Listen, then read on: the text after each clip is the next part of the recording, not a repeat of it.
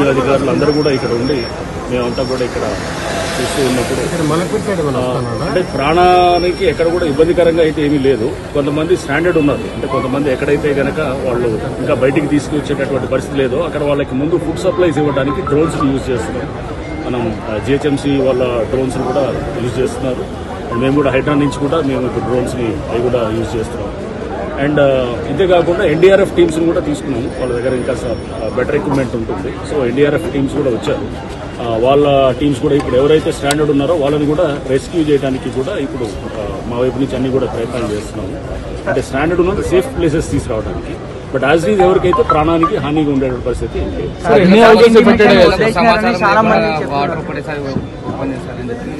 అట్లా లేదు.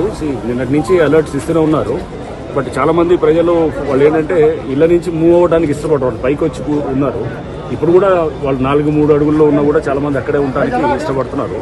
సో వాళ్ళు మూవ్ అవ్వడానికి లేదు. బట్ డెఫినెట్ వాళ్ళు కన్విన్స్ చేసి బయటికి తీసుకొస్తున్నారు. ఇది బహుశా సాయంత్రం కల్లా బెటర్ అవుతుంది. ఇప్పుడు తగ్గుతుంది, ఆల్రెడీ వాటర్ లెవెల్ తగ్గుతుంది. మనకి ఇప్పుడు క్యాచ్మెంట్ ఏరియాలో కూడా మన వికారాబాద్ అండ్ ఇతర ఏరియాస్లో కూడా అంత వర్షాలు అయితే తగ్గినాయి.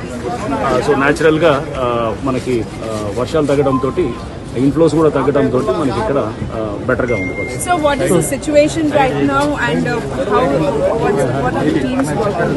See, we have Hydra teams here, and apart from Hydra we have NDRF and also GHMC, and even revenue teams, and the local MLA also is here.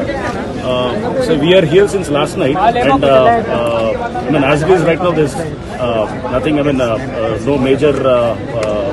This is only whatever properties and all. There's some damage, but I mean, as it is, there's no loss of life or there's no any danger to any life. Sir, how many houses are affected? No, we have not taken a count yet, but 3 colonies are affected, and I mean, you have some of the houses which are completely stranded, and we have pressed into NDRF boats as well, and our DRF teams are also there. Some of those stranded, whoever persons are there, we are trying to bring them to safer places. Sir, is there any permanent solution to control this disaster? Whenever there is heavy rains, this is the same situation we see every time, especially in this very low-lying area. So what's the next move that you are planning to do?